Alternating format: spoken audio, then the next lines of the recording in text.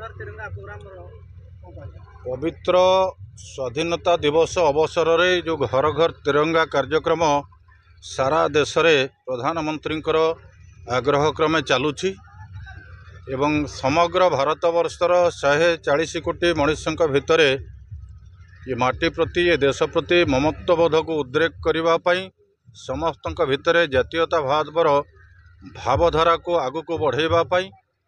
एवं देशर एकता अखंडता शांति संप्रीति समृद्धि रे समस्तंकर सहभागिता एवं सहयोगिता पई ये गोटे अपूर्व कार्यक्रम तमाम देश रे ये अनुष्ठित होउची एवं माननीय प्रधानमंत्री नरेंद्र मोदी आग्रह जे समस्ते ये जातीय कार्यक्रम रे शामिल होंतु आबाल वृद्ध वनिता जाति धर्म वर्ण निर्विशेष रे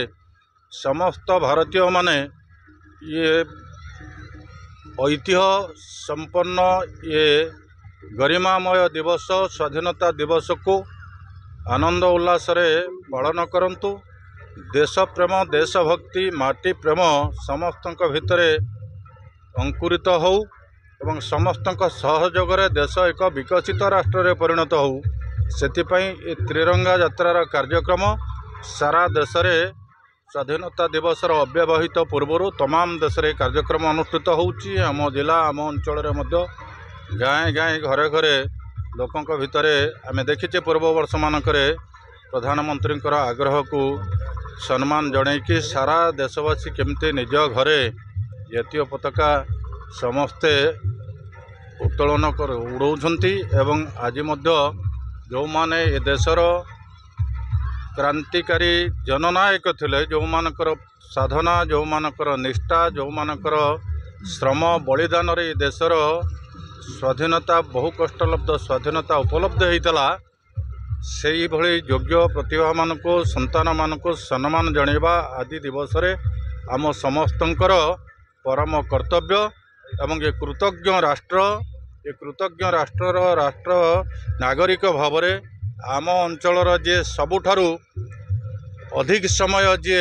ओडिशा रे बोधे सर्वाधिक काल जे जेल जीवन काटिथिले इंग्रेज शासन विरुद्ध रे स्वर्गत भगवान साहू आज से भगवान साहू को जन्मस्थली कर्मस्थली समाधि पीठ रे प्रतिमूर्त रे माल्यार्पण अर्पण करके भारतीय जनता पार्टी तरफ मु निजको सौभाग्यशाली मन करुच्ची एवं ये अवकाश रे समस्त सुख शांति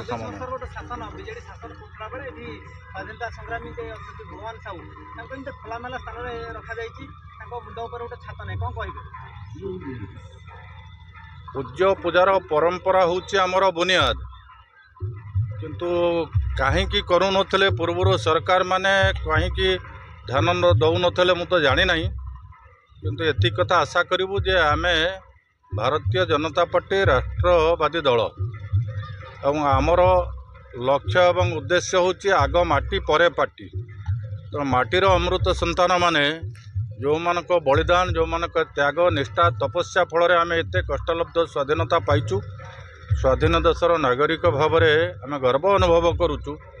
से कृति संतान मानक सम्मान जणेबा प्रतिमूर्ति की सजत्न रखिबा एवं परिवेश को स्वच्छ सुंदर सरस करवा आम समस्त नैतिक दायित्व आगामी दिन में ये कार्यक्रम आमर लोकप्रिय सरकार मोहन माझी सरकार तरफ मोदीजी सरकार तरफ ये कार्यक्रम निश्चित भाव हाथ को निया।